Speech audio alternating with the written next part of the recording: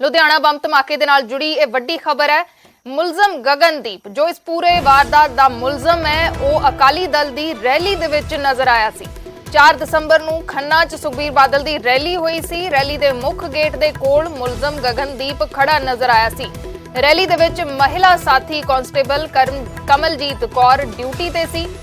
ਗਗਨਦੀਪ ਵਿਦੇਸ਼ੀ ਅੱਤਵਾਦੀਆਂ ਦੇ ਸੰਪਰਕ ਸੀ ਤੇ ਸੁਖਬੀਰ ਦੀ ਰੈਲੀ 'ਚ ਉਸਦੇ ਨਜ਼ਰ ਆਉਣ ਨਾਲ ਕਈ ਤਰ੍ਹਾਂ ਦੇ ਸਵਾਲ ਉੱਠਦੇ ਨੇ। ਇਹ ਵੀ ਸਵਾਲ ਉੱਠਦਾ ਹੈ ਕਿ ਕੀ VVIPs ਤੇ ਸਲੀਪਰ ਸੈੱਲ ਦੀ ਨਜ਼ਰ ਹੈ। ਇਹ ਵੱਡਾ ਖੁਲਾਸਾ ਹੋਇਆ ਹੈ। ਇਸ ਮਾਮਲੇ ਦੇ ਵਿੱਚ ਅਕਾਲੀ ਦਲ ਦੀ ਰੈਲੀ ਦੇ ਵਿੱਚ ਮੁਲਜ਼ਮ ਗਗਨਦੀਪ ਨਜ਼ਰ ਆਇਆ ਸੀ ਜੋ ਇਸ ਬੰਬ ਧਮਾਕੇ ਦਾ ਮੁਲਜ਼ਮ ਹੈ। ਮੁਲਜ਼ਮ ਗਗਨਦੀਪ ਜਿਸ ਦੀ ਇਸ ਬਲਾਸਟ ਦੇ ਵਿੱਚ ਮੌਤ ਹੋ ਗਈ ਹੈ ਉਹ 4 ਦਸੰਬਰ ਨੂੰ ਖੰਨਾ 'ਚ ਸੁਖਬੀਰ ਬਾਦਲ ਦੀ ਰੈਲੀ ਦੇ ਵਿੱਚ ਨਜ਼ਰ ਆਇਆ ਸੀ। ਗੁਰਦੀਪ ਸਿੰਘ ਸਾਡੇ ਸਹਿਯੋਗੀ ਹੋਰ ਜਾਣਕਾਰੀ ਦੇ ਲਈ ਜੁੜੇ ਨੇ। ਗੁਰਦੀਪ, ਕੀ ਕੁਝ ਜਾਣਕਾਰੀ ਇਸ ਦੇ ਬਾਰੇ ਮਿਲ ਪਾਈ ਹੈ? ਜੀ ਤੁਹਾਨੂੰ ਮੈਂ ਦੱਸਣਾ ਚਾਹਾਂਗਾ ਜਿੱਦਾਂ ਗਗਨਦੀਪ ਦੇ ਮਾਮਲੇ ਦੀਆਂ ਲੁਧਿਆਣਾ ਬੰਬ ਬਲਾਸਟ ਮਾਮਲੇ ਦੀਆਂ ਜਿਹੜੀਆਂ ਤਹਿਕੀਕਾਤ ਅੱਗੇ ਵਧ ਰਹੀ ਹੈ, ਕਈ ਪਰਤਾਂ ਖੁੱਲ ਕੇ ਸਾਹਮਣੇ ਆ ਰਹੀਆਂ ਤੇ ਪੰਜਾਬ ਪੁਲਿਸ ਦੀਆਂ ਮੁਸ਼ਕਲਾਂ ਦਿਨ ਪ੍ਰਤੀ ਦਿਨ ਵਧਦੀਆਂ ਜਾ ਰਹੀਆਂ ਨੇ।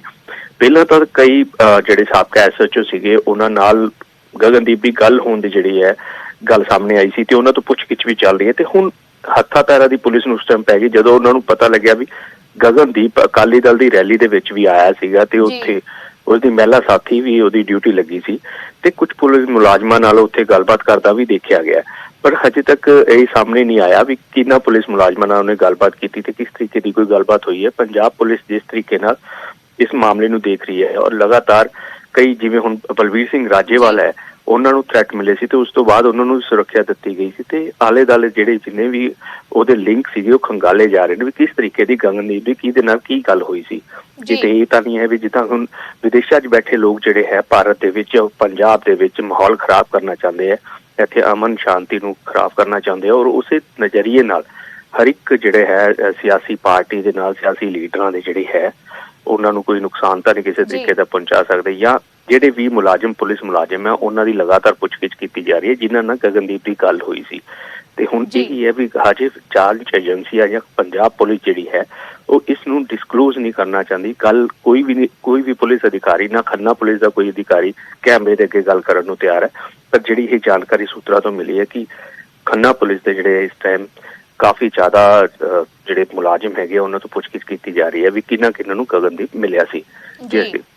ਜੀ ਤਾਂ ਕਈ ਅਹਿਮ ਚੀਜ਼ਾਂ ਸਾਹਮਣੇ ਆ ਰਹੀਆਂ ਨੇ ਜਿਵੇਂ ਇਨਵੈਸਟੀਗੇਸ਼ਨ ਅੱਗੇ ਵਧ ਰਹੀ ਹੈ। ਸ਼ੁਕਰੀਆ ਗੁਰਦੀਪ ਪੂਰੀ ਜਾਣਕਾਰੀ ਦੇ ਲਈ। ਤਾਂ ਮੁਲਜ਼ਮ ਗਗਨਦੀਪ ਸੁਖਬੀਰ ਬਾਦਲ ਦੀ ਰੈਲੀ ਦੇ ਵਿੱਚ ਨਜ਼ਰ ਆਇਆ ਸੀ ਜਿਸ ਤੋਂ ਬਾਅਦ ਕਈ ਤਰੀਕੇ ਦੇ ਸਵਾਲ ਉੱਠ ਰਹੇ ਨੇ ਕਿ ਕੀ VVIPs ਦੇ ਉੱਤੇ ਸਲੀਪਰ ਸੈੱਲ ਦੀ ਨਜ਼ਰ ਹੈ। ਆਪਣੇ ਆਪ ਦੇ ਵਿੱਚ ਬਹੁਤ ਵੱਡਾ ਖੁਲਾਸਾ ਹੈ ਇਸ ਮਾਮਲੇ ਦੇ ਵਿੱਚ ਤੇ ਹੁਣ ਜਿਹੜੇ ਵੀ ਪੁਲਿਸ ਮੁਲਾਜ਼ਮ ਉਸ ਦੇ ਨਾਲ ਦੇਖੇ ਗਏ ਜਾਂ ਗੱਲਬਾਤ ਕਰਦੇ ਪਾਏ ਗਏ ਉਹਨਾਂ ਤੋਂ ਵੀ ਪੁੱਛਗਿੱਛ ਹੋ ਗਈ ਹੈ। ਜਾਂਚ ਕਾਫੀ ਅੱਗੇ ਵਧ ਰਹੀ ਹੈ ਲੇਕਿਨ ਸਭ ਤੋਂ ਵੱਡਾ ਜਿਹੜਾ ਖੁਲਾਸਾ ਹੁਣ ਤੱਕ ਹੋਇਆ ਹੈ ਕਿ 4 ਦਸੰਬਰ ਨੂੰ ਇਹ ਸ਼ਖਸ ਮੁਲਜ਼ਮ ਗਗਨਦੀਪ ਇਹ ਸੁਖਬੀਰ ਬਾਦਲ ਦੀ ਰੈਲੀ ਦੇ ਵਿੱਚ ਨਜ਼ਰ ਆਇਆ ਸੀ।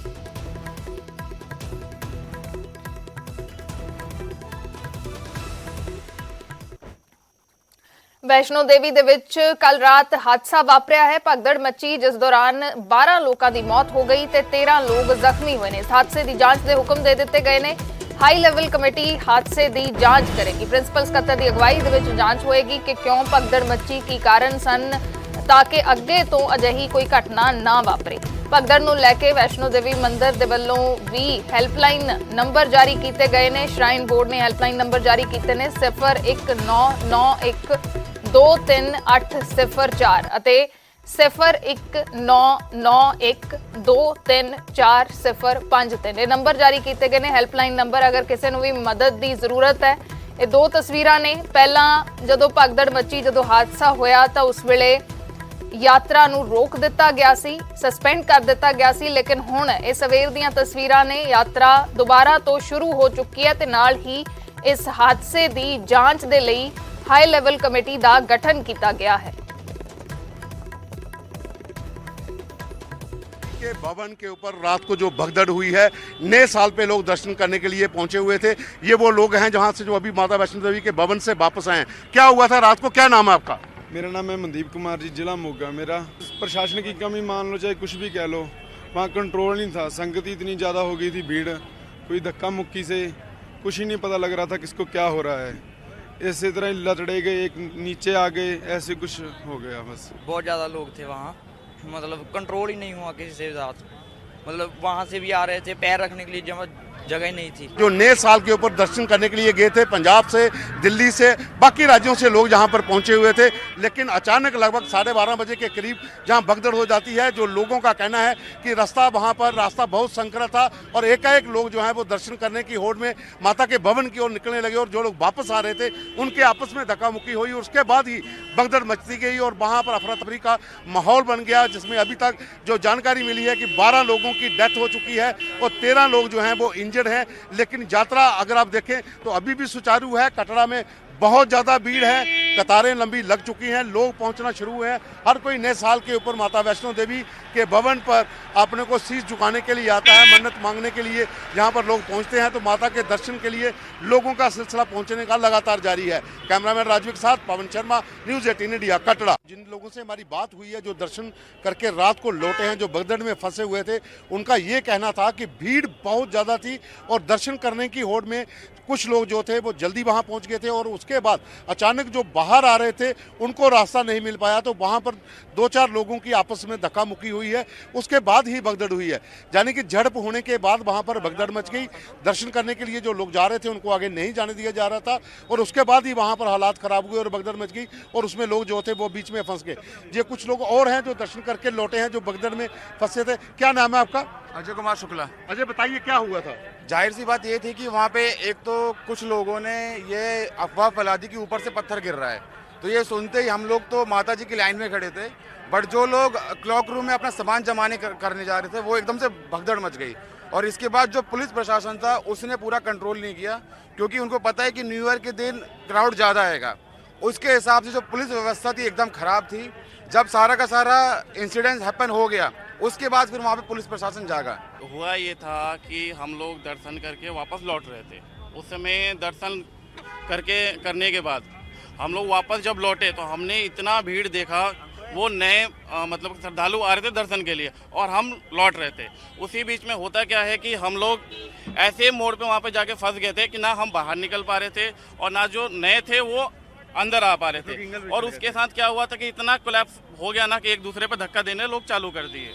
चालू करने के साथ साथ क्या हुआ कि मूवमेंट इस तरीके से कर दिया गया था, एक्चुअली में पता नहीं चल पाया। मूवमेंट इस तरीके से आधी पब्लिक को मतलब चेंजिंग कर दिया दूसरी तरफ और उसके बाद जो नए श्रद्धालु आ रहे थे वो धक्का देते देते देते एक दूसरे के ऊपर गिरना चालू हो गए और गिरने के साथ साथ ये सारा हादसा घटित हुआ। आप कितने लोग थे वहाँ पर जो फंसे हुए थे, जो अभी पहुँचे हैं?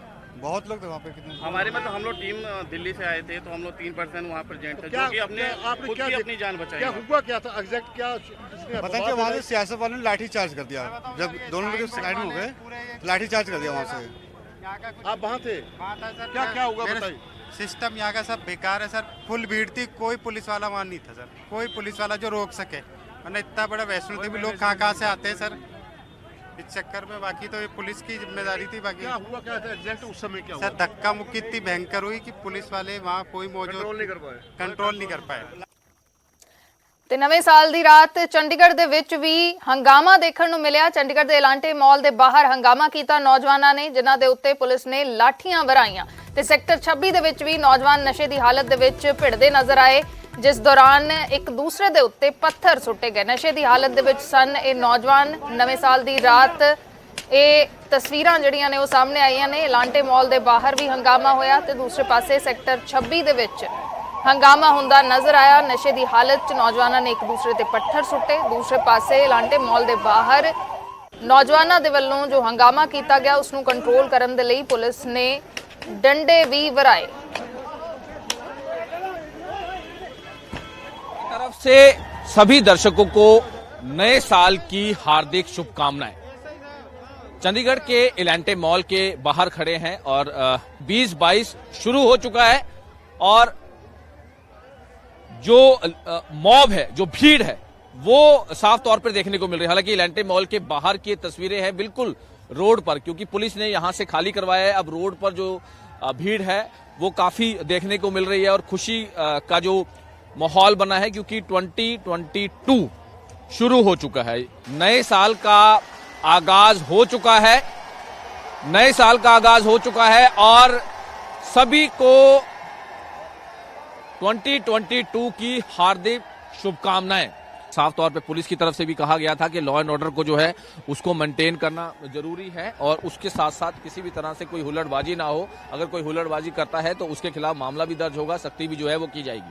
चंडीगढ़ से कैमरामैन जयेंद्र सिंह के साथ मनोज राठी, न्यूज़ 18।